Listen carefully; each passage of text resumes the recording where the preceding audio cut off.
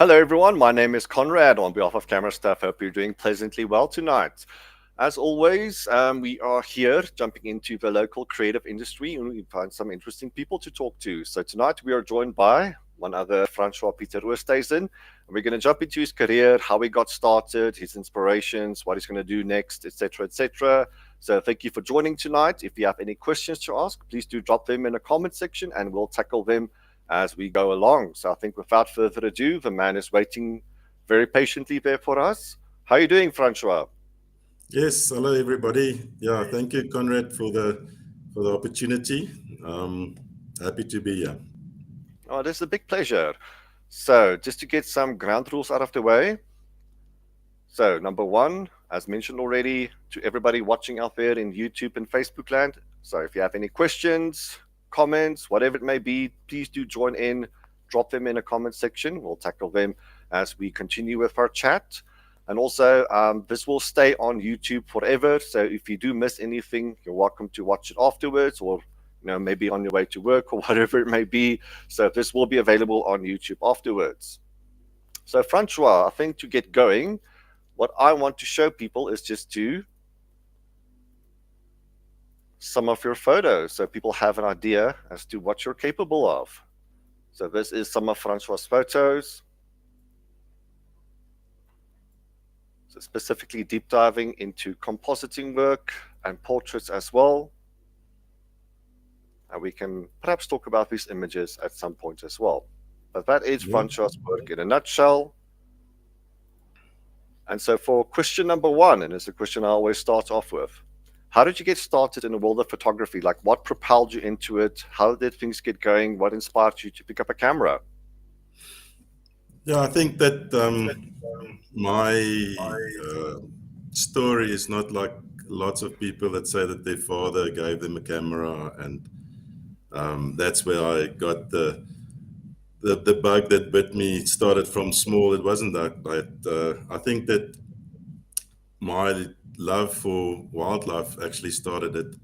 My wife and I went to the Kruger Park every year on our anniversary. So we saw so many things, and it was so beautiful and wonderful that I wanted to capture it and show it to the people back home. And then I bought a camera. I think it was a Minolta at that stage.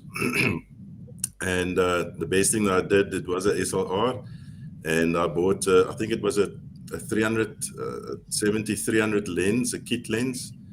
And the difference that it made with the photographs that I took back was vast. So when at that stage it was still photo first, it was film camera, and people started taking my photos out of the boo-boo bin, and I thought, what are you guys doing? And they said, but it looks so good, and it's better what they could do. And I thought, yeah, okay, Uh-huh. it might become a hobby if it's that nice and that good. So I think I had an eye for the composition of the photographs from early on. That was something that I thought that I did well. And then in 2014, I started with the Vereniging Photographic Society in South Yes. Africa, which is our home club, camera club. And there were a lot of different genres that I didn't even know about. So wildlife was the only genre that I actually did any photography in. And it opened up a new world for me in terms of photography and what you can do with it. Then a sister company, a sister club of ours, Van der Bijlpark Fotografie Club, it's the Afrikaans name for them. Mhm. They had a practical, and that involved portrait photography. And that was my first introduction to portrait photography as such. And I loved it. I loved the personal interaction. I loved the fact that you look directly into the eyes of this beautiful woman and you could actually capture and do something with it. And the other flip side of the coin is I loved the technical side, the editing side. Yes. And in club, um, you can't really edit wildlife. So I was Hmm. looking for another genre to do some editing on, and the wonderful program called Photoshop that I love. Um, that was introduced to me, and I started studying Photoshop, and I became quite good at it. And portrait was one of the the things that I could actually excel in terms of editing, where wildlife was basically stagnant for me in terms of that the editing itself.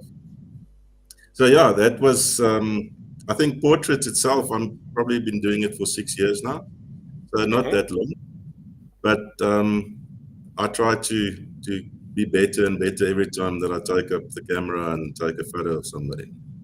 Yeah, it's a lovely attitude to have. Now, if you don't mind me asking, so transitioning from wildlife photography to portrait photography, essentially people photography, right? What Yeah. was your first bunch of challenges, with that transition, taking photos of people, and how did you overcome those challenges? Well, to get models is difficult. Um, your friend next door has got a daughter and she's kind of pretty, and you try and take photographs of her. That doesn't always work. Hmm. So I think that the challenge is in equipment as well. I didn't have the correct equipment at that stage to take portraits. So to start off with portrait photography, I think that you got to know what you're doing. You got to know what the setups are. You got to know how the lights work. And that is for me, because I love the technical side as well. I immediately started watching YouTube videos, lots and lots and lots and lots and lots and lots of YouTube videos, how to do the setups. What does a light actually do? Where does it need to be to get a nice Rembrandt lighting, or all these terms that I started learning.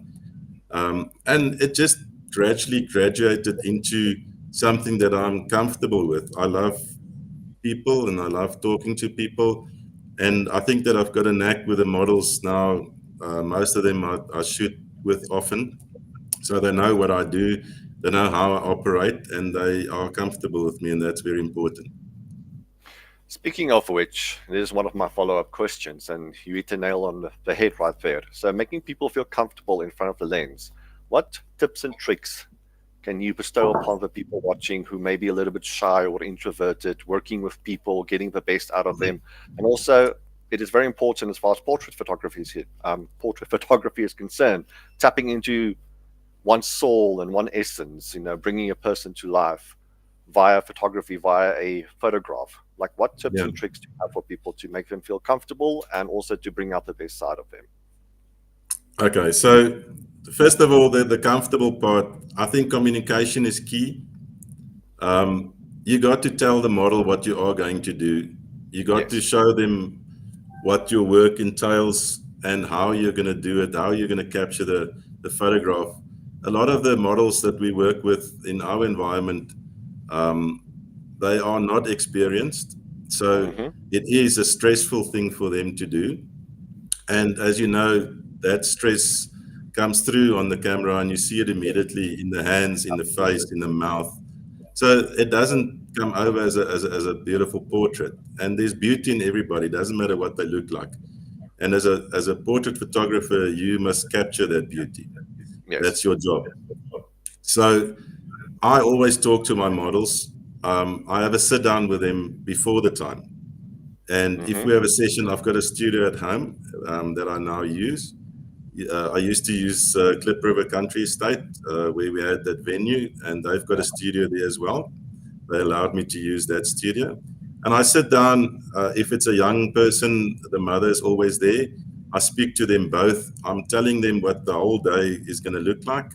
I'm telling them what we're going to do, how I'm going to do. I'm telling them that I'm pedantic with lighting. So I always fuss about the lighting, the setups, the height, wherever they must be placed.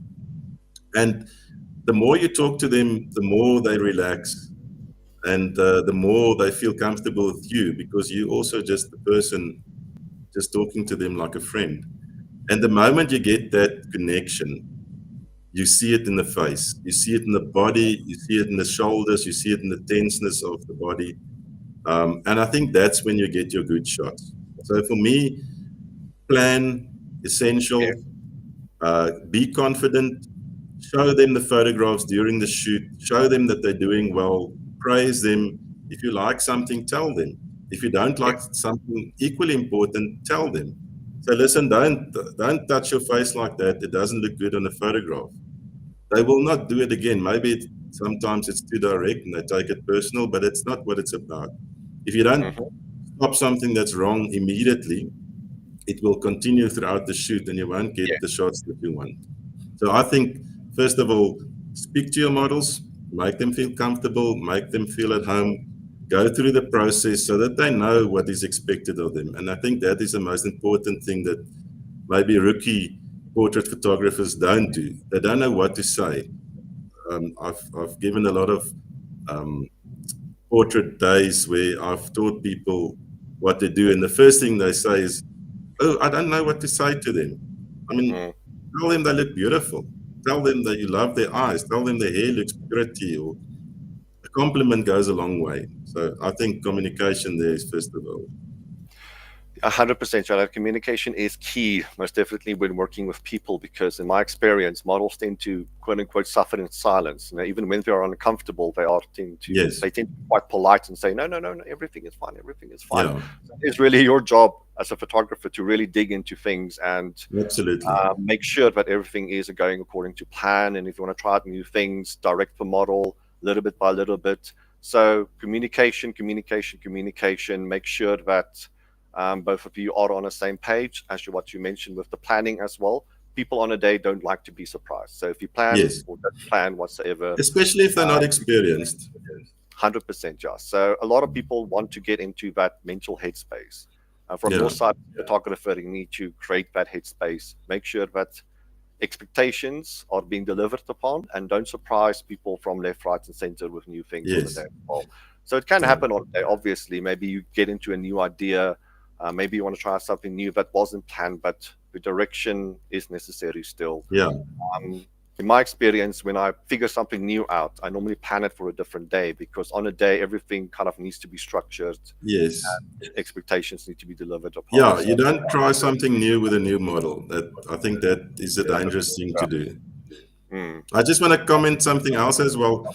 Um, yes, one, maybe it's not a trick, but something that I do is when I get a new model, I always do a silly shot. So I yes, say to them, I'm going to take 9 shots. I'm going to do a composite for you on one photograph with 9 little photographs, but you must make faces.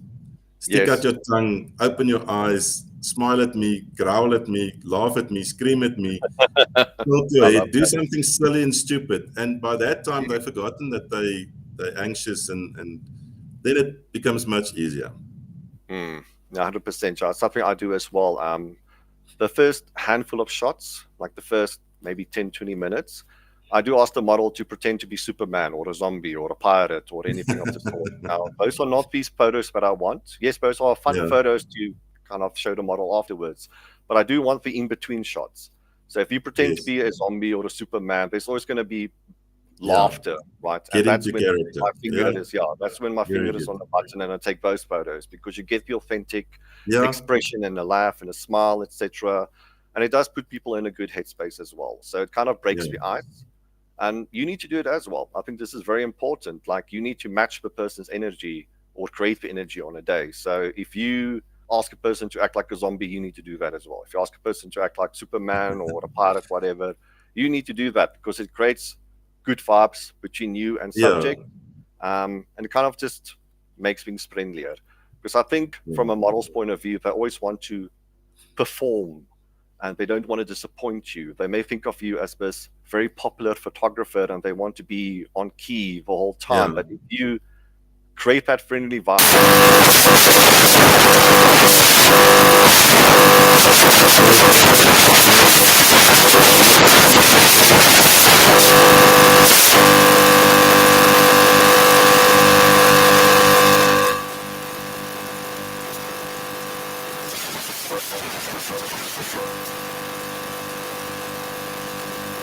Sorry, Conrad, I can't hear you anymore.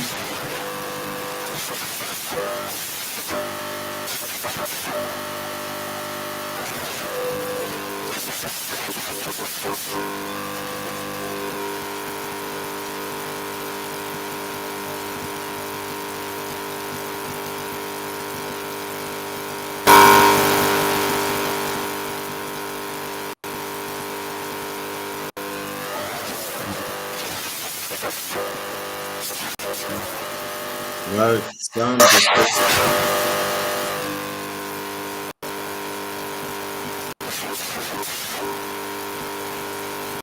No,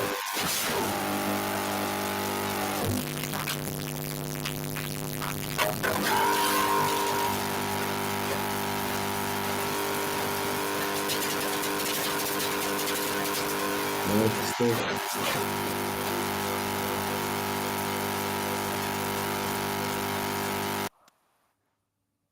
Yeah,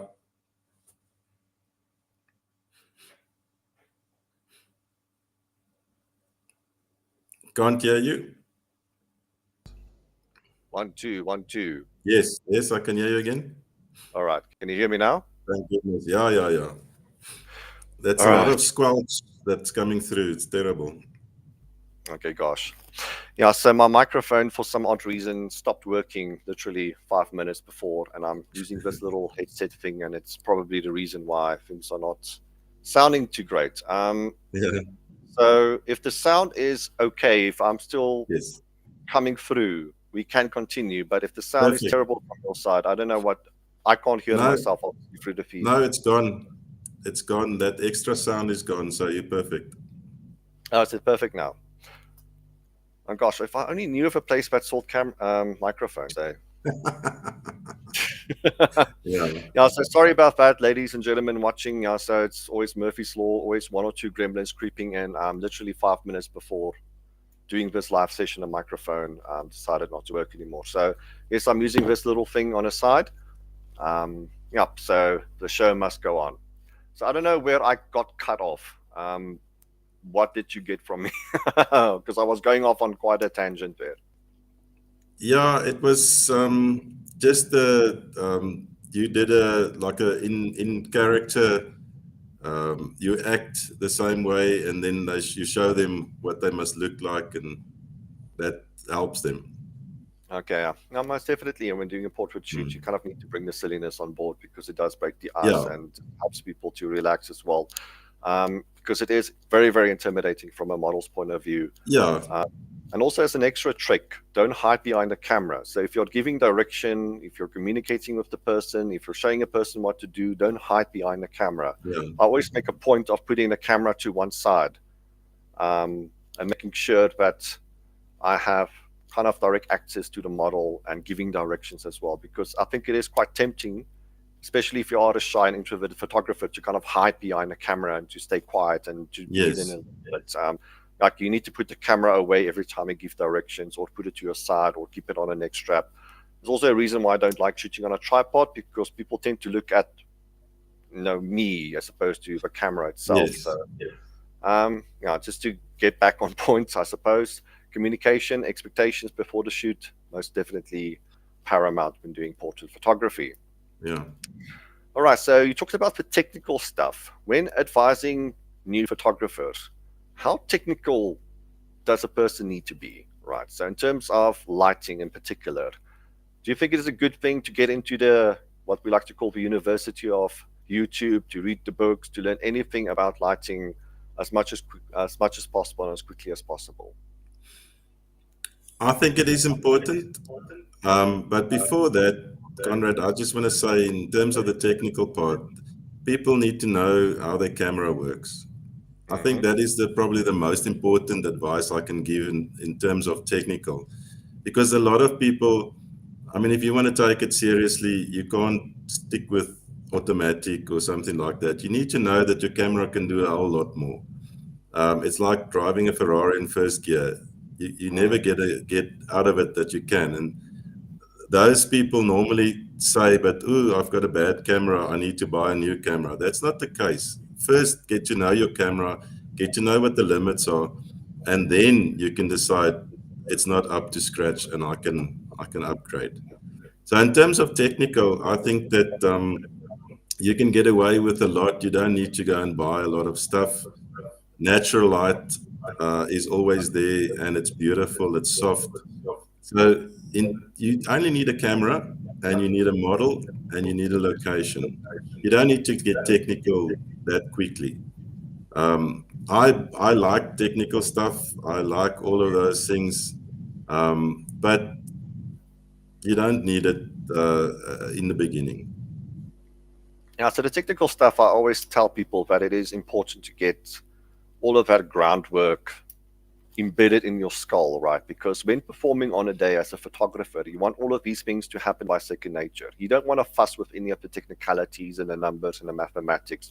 All of that should just happen instinctually on a day, because that will give you opportunities to communicate and build a rapport with the client Yeah, and to do, all of the creative things. So by having all of that technical underpinning to what you do, you're not going to worry about it, right? Because this yeah, is a very, very dangerous thing to feel anxious about. All of the technical things. absolutely. It's something that you need to spend a lot of time on studying and researching. Because when you do photography, when you are the photographer, you don't want the technical side to kind of make you nervous or second guessing. You want all of this just to happen by second nature, and that gives you the freedom to perform and ask questions and to give directions and whatnot. Yeah. No, I mean, the last thing you want to do in a session is to not know what to do with your camera to get to Mm. the right result. And that you lose confidence in yourself, the model loses confidence in you. And from then, it's not nice to recover. Yeah, absolutely. But I do think also that you go hand in hand when talking about the technical stuff and the practical side of things as well. So if you do Yes. struggle with something technical, apply it in practice. Find a Mm. dummy, take photos of the dog, take photos of a cat or the flower or Yes. whatever it may be. Practice. Spend time with your camera. Yeah, so if something in a book doesn't make sense, try and apply it in real life. And if it's not working in real life, go back to the book itself. So it's kind of like a Yeah. cook sister where the two go hand in hand. It's not a fight between the practical and technical side of things. You kind of need to use them in tandem so that you can better understand something and how to apply it in the real world as well. Yes, absolutely. All right. So, what camera do you have now? So, you mentioned you started off with a Minolta. So, let me first ask, what was your first quote unquote professional camera? Now, getting into the world of portrait photography, what camera did you use? What lighting did you use? And what do you have now? So, kind of a point A to B history of the equipment that you have. Yeah. I started off with, as I said, the Minolta. I moved to Canon early. I had a 350D, then a 450D, and then I bought my first serious camera, which was the 7D. Mm-hmm. I still have that.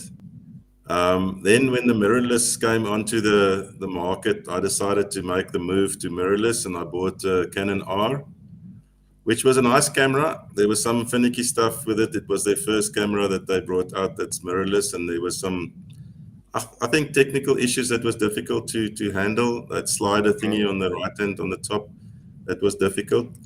And then I made the big jump, and I bought a R5, mirrorless R5, and that transformed my photography forever. I think that it's the best purchase I've ever done. I think my portrait photography, the quality of it has increased manyfold, and that might have been part of the boost that I got. That my stuff looks so much better, and it's very, very sharp. And the way that the it's maybe a bit technical, but the way that the processor of the R5 works is the color rendition that you get right out of the camera is so much better than anything else that I've seen. Um, there's not that much that you need to do afterwards, even if you take it in the right light. Where a lot of cameras that you have now on the market, when you take a photograph, it looks dull. Mm. The color is off. I mean, even to your eye, you can see that the reds are not red enough, or there's some problem with it. But anyway, that's what I currently have. And then I made an investment in lenses as well, because I was focused on um, the mirrorless cameras. And portraiture.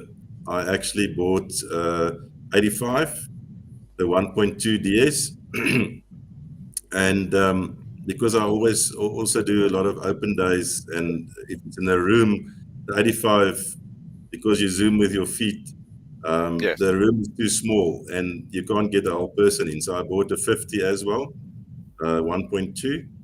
And those are my go-to lenses for studio work, as well as I also recently purchased the 24-105, the Mm-hmm. f4. And that lens is good enough. It's sharp enough for portrait work. You don't need the 1.2s. I mean, normally I take it f8 in the studio. Outside I do 1.2, 1.8 or 2.8. So the normal lens, the RF lens is sharp enough. The technology is so good.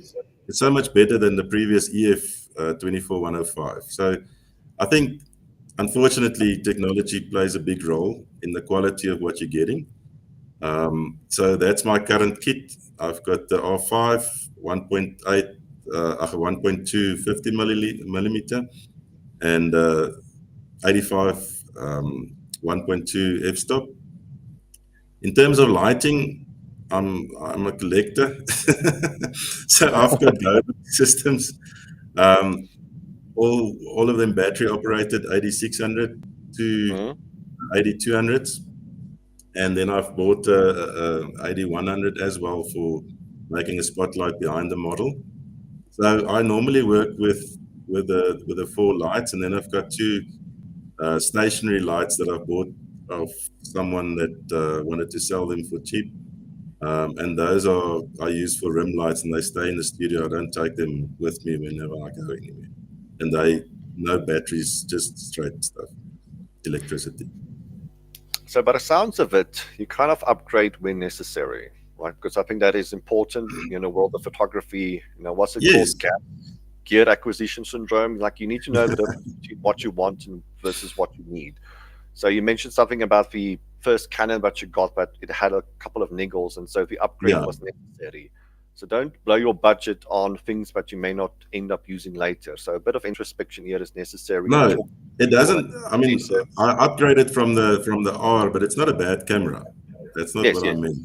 It didn't of didn't course. fit my purpose like I wanted it to. Yeah, but that's kind of driving the point is that you need to figure out what extra things you need for what you do, Yeah, and you need to distinguish between the wants versus the needs. So yes, technology and gear is important, but you need to consider how that coincides with what you do personally. Otherwise, you're just going to build a mountain of gear and you may not end up using it. Yeah, so you need to talk to the right people. Obviously, do the research on these topics because gear does matter, but it only matters in the right hands and with the right person behind the camera as well. yeah. So, it's a I big see topic. there's a question with regards to the EF lens on the R6. I use EF lenses on the cameras. I've got the adapter on it. So on the R and the R5, I use an adapter. I've got a 7200 EF lens that I have, and the other I have a normal 24-105 as well. So when you go to, for instance, wildlife, it's a perfect camera because the one is a full frame and the other one is not, and that helps with if you want to put a large zoom on the R and a smaller lens on the R5, then it works well if you have the two cameras that you can use when an animal is far away or close by. 100%, yeah. So just to touch on to what was mentioned earlier, gear only matters in the right hands. Yeah. So it is a Yeah, big that's topic. true. Obviously, want everything, in terms of gear and lenses and lighting and whatnot. But the question of does gear matter? Well, the introspection is necessary as to whether or not you need it. Like, is this going to actually make a difference to your work? Otherwise, as mentioned, you're just I going to end think up in piled of wildlife, eggs in a it corner. matters a lot. Mm, The clarity that people get these days with a mirrorless and a long lens is exceptional. mm. Um, and it for there, I think it does make a big difference. I think in portrait photography, you can get away still with call it lesser equipment or cheaper equipment. I think it's also about understanding, especially when studio work is concerned, where I spend a lot of my time, understanding the limitations of your gear and working within those limitations. So if you have a constant light, be it a little spiral bulb and a diffuser, Understanding what you can get out of it and working around it, you can still create magic with it. So in the hands of a professional photographer, even if you give that person, quote unquote cheap lighting, they can still create stunning images with it. But at the same time, a professional will tell you that they can't use this for everything or throughout the entire day. So for practical reasons, yes, it makes sense to buy quote unquote more expensive things, but you can still do a lot, especially in Yes, controlled environments in a studio with quote yes. unquote cheaper equipment. It's just about understanding Yeah. the limitations, the output, the color, etc., and working your camera settings around it. So boosting your But ISO, your right mostly, ways mostly the around it. older cameras, the only problem with older cameras is the ISO. Yes. Um, they can't handle the ISOs that the modern cameras can. Hmm. And that is the biggest drawback. The older cameras, the lenses were sharp, the sensors were okay, but the handling of ISO noise is vastly Yes. different from old equipment to new equipment. Now it's an interesting time now with cameras being able to handle high ISOs like ISO 1600, 3200, etc., without showing a lot of noise. Even in Photoshop, you can suppress a lot of that noise, so you can work with very, very little light. So this is where quote unquote cheaper lighting comes back into the equation, and you can use um, whatever basically to create stunning images with it. As long as you have a controlled environment and you don't have mixed lighting, window lighting, etc., coming into the equation, no, it's interesting times now that the camera can kind of compensate for low lighting, and it's Hmm. great. It's great that people can now incorporate a whole different bag of lighting and Yes. create amazing photos with it. Yeah. No, I agree. Let's see some comments here. Totally agree. I don't push my Fuji beyond its limitations. Don't know much about landscape, but totally agree. I started off with the 7 Mark II. So you still have that camera, right? The 70. I do. Yeah. So it is quite interesting. I've spoken to a lot of photographers and they hesitate. They are very reluctant to give away the kind of camera that got everything going. So I still have my first couple of cameras as kind of trophies that are hanging off the wall here. So a lot of sentimentality attached to the things that got you going into the world of photography. So obviously hesitate to sell these things because it does represent, it does mean a lot because these things do tell a story, and it's very important to remind yourself where you came from, how things got going, and to kind of compare how things are today. Um, Yes. Considering that you have the bigger camera, the more professional camera, the more professional lighting, it is something that you need to take care of. That person who started, that little person with a camera on hand, how nervous you were, how inexperienced you were, that person needs to be taken care of, and having all of these trophies to one side is just a representation of that. Yeah. That's good. Speaking of inspiration, how do you keep yourself inspired? So I don't know if you've ever experienced like a writer's block, but in the world of lighting, we call it a lighter's block, right? So if you've ever run out of ideas, or the ideas are not coming to your brain, how do you maintain inspiration? If it goes missing, how do you find inspiration? Yeah. Look, I don't make money out of photography, so I do have a day job. So the fact that I don't take photos is not normally because I don't know or don't have ideas. It's because I'm too busy with work. But I think that with social media, um, places like Instagram, uh, Pinterest, Mm, even sometimes Facebook, not so much, but Facebook as well. There are such a lot of creative people out there, and if you know what genre you like and the type of style of photography or portrait photography that you like, there there are numerous things that you can have a look at and get inspired by other people's work that you love. I think that artificial intelligence, the AI thing, is maybe going to ruin it because um, a lot of people who might not be true artists will now be able to create incredible stuff just by the press of the button. So the creativity is not in the actual creating; it's thinking it out, which is different from what a true artist, I think, maybe should be. But yeah, I think that social media mainly is where I get inspiration from. things that people do that I think, wow, how on earth could they achieve that? And being, first of all, technical minded, then I start wondering, maybe I can do that, you know? What does the light look like? The coloring, what does the model look like? Do I need to get a wardrobe or, and after that, I'm hooked and then I want to do it, you know? So I look at things and I think that, yeah, I like it. I want to try it. So in the back of my mind, I've got a folder that of things that I still want to do. It's always full. It never gets empty.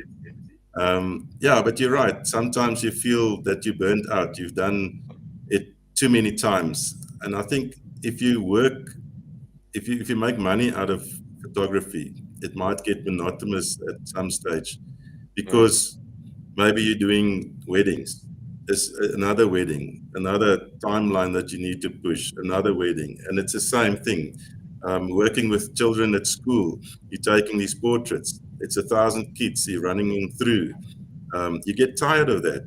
But Mm. if you can sit down and there's no pressure and you can be creative, I think that's when the real beauty starts, and that's why I've never really gone over to try and do it commercially that I actually make money out of. So yeah, that's always the danger.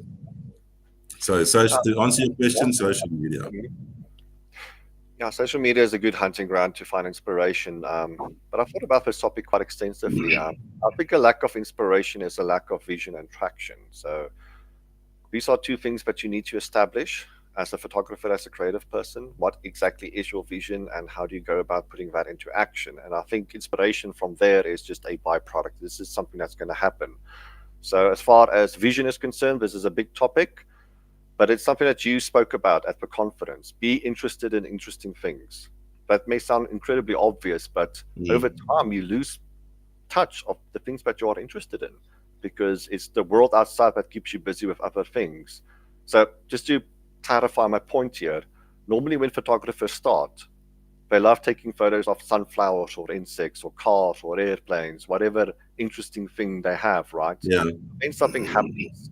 When all the gear talk and all the technicalities, when all the business talk kind of hides that little interesting thing that got you going. But when you listen to the old folk, people who are incredibly experienced, people who are gray in the face, they have been in the business for like 30, 40, 50 years. They talk about sunflowers again. They talk about insects. They talk about cars again. So there is something Mm, that you shouldn't lose on your journey. All of these little things that made you an individual, like you have your favorite movies, your favorite music, your favorite books, etc., things that make you interesting and things that you are interested in. Like you can't lock that away somewhere in your unconsciousness because no wonder people lose inspiration because they don't stay in touch. They don't hold on to the things that make them unique and beautiful. And you have a purpose in this world. You were put in this world for a reason. Like you can't let these things go on the wayside. So always remind yourself of who you are as a person and the things that you find interesting. And that will help you out establishing a vision going forward. You can incorporate that into your photography, and secondly, traction, very necessary. I think people also lose inspiration when they kind of get out of the game, right? When they take a break for too long or they decide, I just want to stay away from the camera for a little bit. Like traction, putting things into action, very, very important as well. Like you need to keep busy with it. And all of these things considered, I know I'm rambling on a little bit. Inspiration will come as a byproduct. So vision, yeah, traction, very important. yeah. So speaking of which, your career, what memorable photo shoots stood out to you? So any moment that happened in your career where you thought, damn, I really love doing this. This is really special and I'm going to do this for the rest of my life. So any memorable photo shoots that stood out to you and why? Yeah, I think that if you look at the photographs that I've taken up to now, there were a lot of memorable moments, and I had lots of fun with people, with the models, with the backup team, locations where we shot. But I think the most important one for me is I became a grandfather a year and a bit ago, and I had the absolute opportunity to take photos of my own granddaughter. Mm-hmm. I've never done a baby shoot in my life, and it was quite daunting. So as a project itself, I actually approached it as a project to watch a lot of videos and things on YouTube about baby photography. And little Ellie, that's my granddaughter. She was 8 years old, 8 days, sorry, 8 days old when we did the shoot. And I've got a friend, Jan Vereniging, that she specializes in baby shoots. And I asked her, listen, is it possible that I can be a second photographer in the shoot? Will you do the shoot for me? And she said, no problem at all. Please come, because I helped her before with lighting setups and everything. She does some model shoots as well. And it was an absolute blast to see and be part of that photo shoot, because what was the subject was very personal to me. And Mm. photographs that we got at the end of the day, I still have. We printed a little book for my son and his girlfriend, and it is just incredible the way that it turned out. And I must say, Malamo was absolutely magical. She's got Tree of Life Photography, that's her company. And she did a lot of courses on how to handle newborn babies. And it is not easy. I must tell you, I was terrified. This little thing, um, they had like heating pads, and she was lying on little pieces um, bean bags and things to position her, because she was sleeping all the time. It was lucky for her. But we did about 6 or 7 setups, and it was just incredible. So I love that shoot. I love the results, and it will stay with me forever, obviously. That's a wonderful story. It's fond memories looking back. So Yes. these are also very important. We touched on losing inspiration, lacking guidance. These are the moments that you do recall on and remember, and these are the things that do keep you ticking over. Um, so it's always lovely hearing these stories. What people remember as far as their personal careers and personal lives are concerned. It is inspirational, and it is the reason why we do this in the first place, why we capture memories, because we do want these things to stick, and they do inspire not only a way forward, but these are fun memories. And Yeah. that is always the job of a photographer, is to make sure that these memories are always locked and easily accessible for people to have a look at. Yeah. All right. So I have a bunch of questions from the audience here. So one of your staples is that of compositing work. So with compositing work, first question here from Martin Ashworth. Yes. What is your post-processing program of choice? Yeah, that's a easy one to answer. Photoshop is my absolute choice. I think that the program has progressed so much over the years. There are different programs out there, like Topaz, that has all these things about ISO editing, and the actual camera raw part of Photoshop has improved so much that I think that it's more or less similar to what you can get with a Topaz program. Mhm. Um, and I basically, my way of working is doing more and more work in Camera Raw, and then afterwards in Photoshop. So if I do a studio shoot and the light is good, I do probably 80% of what I need to do in Camera Raw, and I do skin editing in Photoshop and maybe a little bit of light, and then obviously I'd always do a background change in Photoshop. But for composite work, obviously you can not use Camera Raw. You have to use Photoshop for composite work.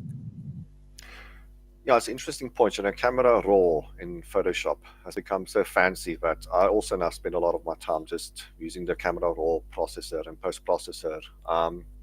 With little intricate details, I jump into Photoshop. But I want to talk about your composite work. So I have an example here. So you Yes. gave like a 20 to 30-minute talk at the PSSA conference the other day. So we obviously don't have time for 30 minutes, but just from a start to finish process, how do you go about creating these composites? Obviously, a lot of pre-planning is required. Like, do you want to touch on that? Yeah. Okay. So composites, it still all starts with an idea. Mm, You have to have a clear idea in your mind of what it is that you want to achieve at the end of the day. And you, for this shoot that you're showing now, obviously the concept was Wonder Woman. And it took about maybe 6 months to plan, get the wardrobe right, get the model, choose the model to fit the actual superhero. And then again, planning, as I said, getting a mood board going of the types of photographs that you want to mm, achieve. It doesn't help you don't have a visual representation because the model needs to know what is expected of her. I mean, she's not an actress, she's a model. She looks beautiful in front of the camera. She doesn't need to have facial expressions most of the time. So some of these are quite difficult for the models to pull off as well. So this is absolutely a team effort. mm, If you do a project like this is definitely a team effort. Pure composites, like you're sitting at home and you want to put a model that you took in the studio and you want to put it on this at the seaside, then obviously it's only you and your creativity. That's a bit different, but I think that first of all you have to have some sort of idea, picture it in your mind, maybe draw it on a piece of paper, yeah, and then start compositing, start putting in the elements that you need for the background. I'm again, people that know me know that I'm pedantic about light and mhm, direction of light. So for me, if you have the sun on the left and the model's light comes from the right, it doesn't that's a bit always make sense. So in this photograph, I think people will quickly tell me, but there's light on the shoulder and the light's coming from the back. I know that. You don't need to tell me that, but this was based on photographs that was available on the internet that I wanted to copy and make it my own. So that's why we chose those backgrounds and the lighting conditions. mm. Yeah, especially with composites, absolutely important what you said is that the pre-plan is required, and it is incredibly helpful just to kind of draw things out, because on a day you want, as you said, the directionality of the light and the quality of light. All of these things need to match with the backdrop. So perhaps having a backdrop in mind to start off things, that's always useful as well. You don't want to go hunting for backdrops after the fact because the thing may not align with the lighting that you had in a studio. So yeah, a lot of pre-planning is required, and shoot carefully and shoot meticulously. Like, this is not the time to take 500 photos in 2 seconds. Like, everything needs to be structured and planned according to the vision Yes, and the concept. All of the because things. you've got limited time on the day as well. So if you haven't planned and you've got at least 10 shots that you need to make and make it a good shot, then you've wasted a lot of time and it's a bit directionless. So I think it Mm-hmm. makes it more difficult if you don't plan. 100%. All right, so Francois, what do you have planned for the near future? Where do you see your work evolving um, next year, in 5 years' time, in 10 years' plan, and yeah, 10 years' time? Where do you see Francois going from here? Well, hopefully by that time I'm retired. So then I can really concentrate on photography. And I think that in that time, I'll probably go back to wildlife because I'll be traveling and I can't take a model with me and my wife in the caravan and take her on all the shoots, you know. So Sounds it will be wildlife mostly and architecture and traveling photographs and things like that. I will still probably be doing portrait photography at that stage, I believe, because I love it. It really is something that I like doing. I love the personal connection that you have with the models and helping them seeing themselves as beautiful as you know they can be. If a model looks at herself in the mirror, it's not the same person she sees when I'm done with a photograph. It's always that, wow, how did you do it? type of reaction that you get, and that's addictive. I think that if that stops, I'll stop. But if I can get that reaction from a model, I know that I've done a good job, and I'll continue. So for me, immediately the next project, I've done another, or I'm going to do another super villain at this stage, which is one of my favorite characters, Harley Quinn. So I'm Sounds looking forward to that. That's going to happen. like We've to already see. started with the planning. So that's going to happen in November. And in between that, I'm going to be a speaker at the PSSA National Congress in October in Paris. Wonderful. Mm-hmm. So they've asked me to do a presentation on portraiture as well. Mm-hmm. But the actual portraiture, the setups, the lighting, the equipment, how you set it up, where you place your model, what light you get, if you use one light, key light, air light, um, rim light, whatever. So that's going to be an hour of maybe probably tutoring of how to do it.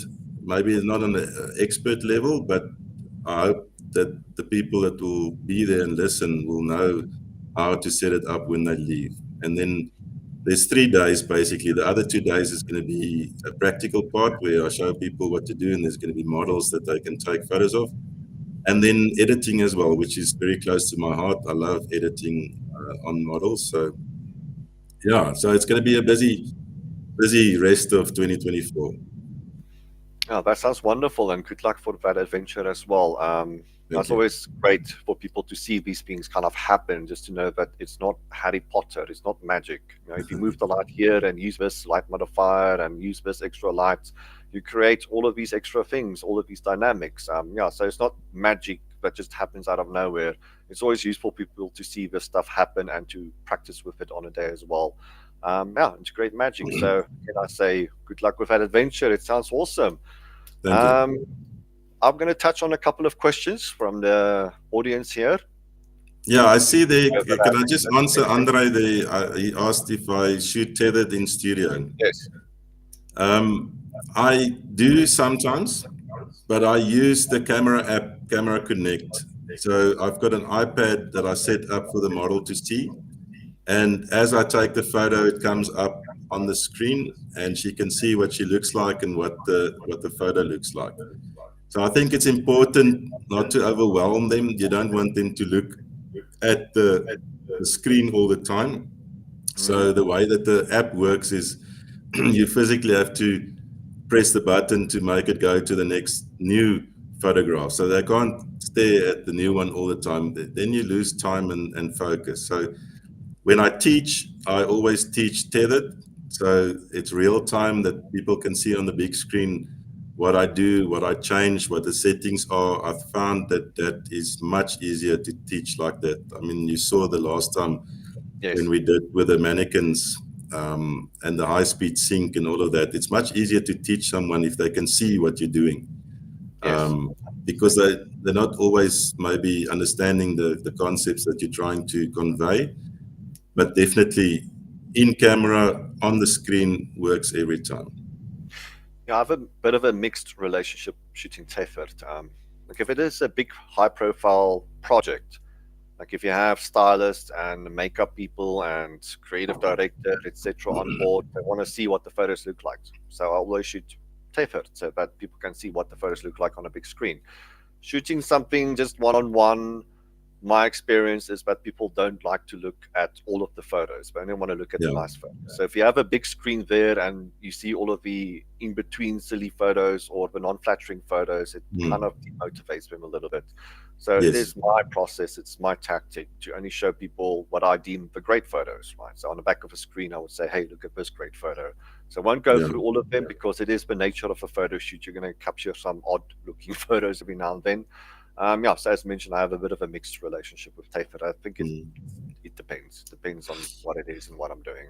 I think that, Conrad, if I can just comment on that, I did a shoot with a lady that I did light painting.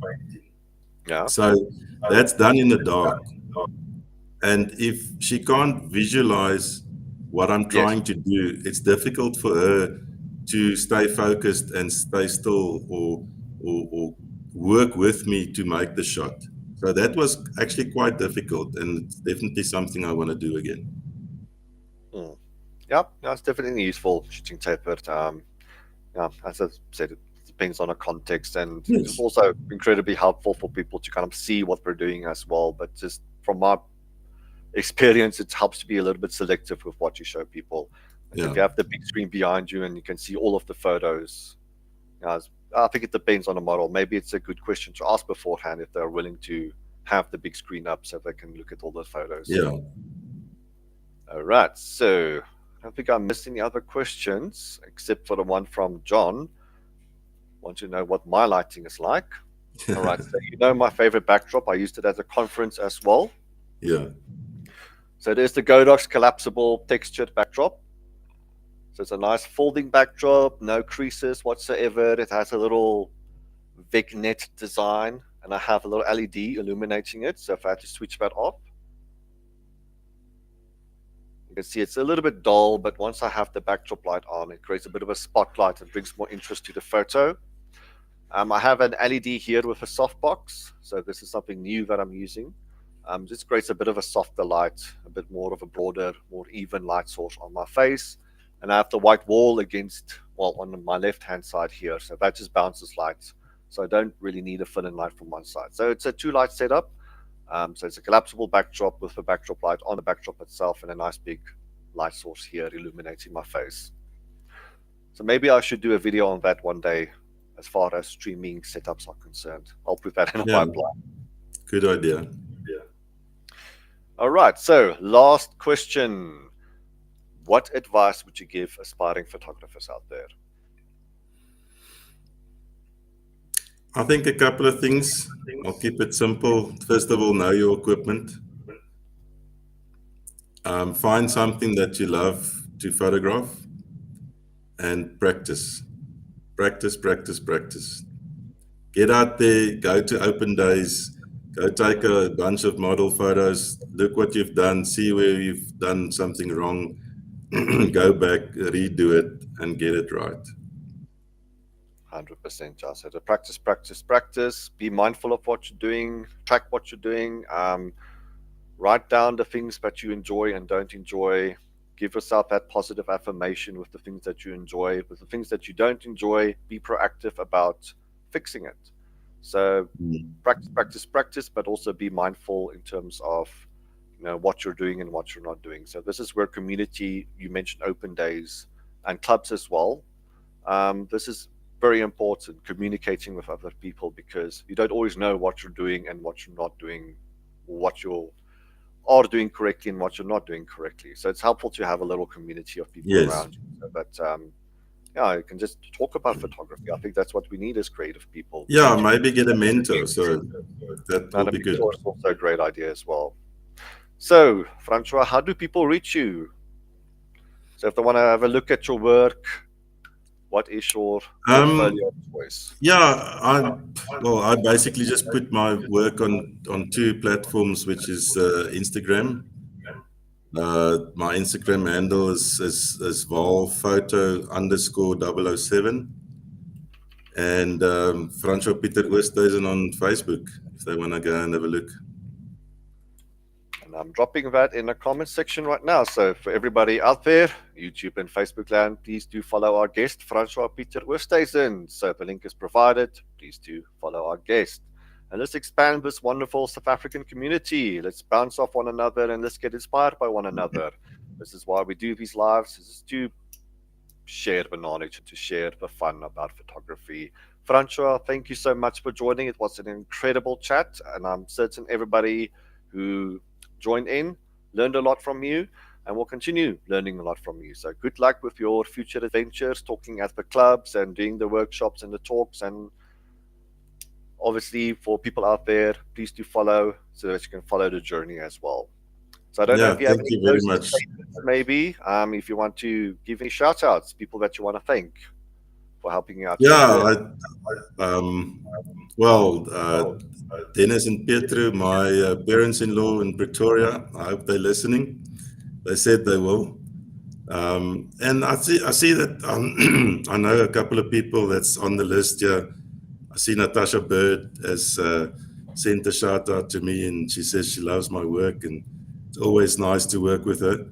So yeah, everybody that is listening, that's from the club and from Vereniging, love you guys. Thank you. See a question here from John. Would love to go to the PSSA. So this is something that stretches around the country, right? So it's not just strictly Paris or Vereniging. So The PSSA has got a congress every year. It's an yeah, annual event.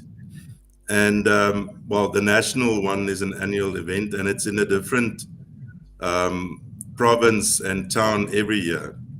okay. So If we people want had to join, can they contact you, or where do they need to look. go? The PSSA is the Photographic Society of South Africa. So they've got a website.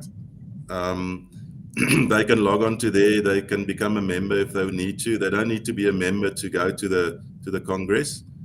And yeah, they can register. There's only 2 weeks left to register because it's starting on I think it's the 2nd or the 1st of October, the Tuesday. Monday's register, and Tuesday is the actual congress. Okay, wonderful. Thank you yet again, Francois. It was a wonderful chat. Thanks for joining us. I don't know Yeah, if there's anything else you want to say, but I think that's going to be it from my side. yeah. I think that people must stay true to photography and not fall into the pitfalls of AI. Mm, It is coming. It's not going away. In PSSA, we've got rules. So AI is not going to play such a big role, only if you want to cheat. yeah. Mm, But in general, with composites, it needs to be your own work if you want to enter any competitions. So that mm, makes it a little bit better for us because we don't touch AI. But I do, if I don't enter or I know that I'm not going to use it as a competition entry, I can use AI and be more creative. So just okay. be careful.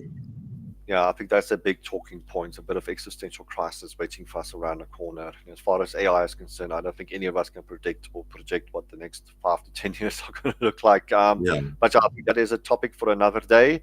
But everything that we chatted about, I think people are inspired. I am inspired. Thank you so much for joining us. And to everybody out there in YouTube and Facebook land, Conrad, on behalf of CameraStuff, I bid you adieu, good night, and enjoy the rest of your night.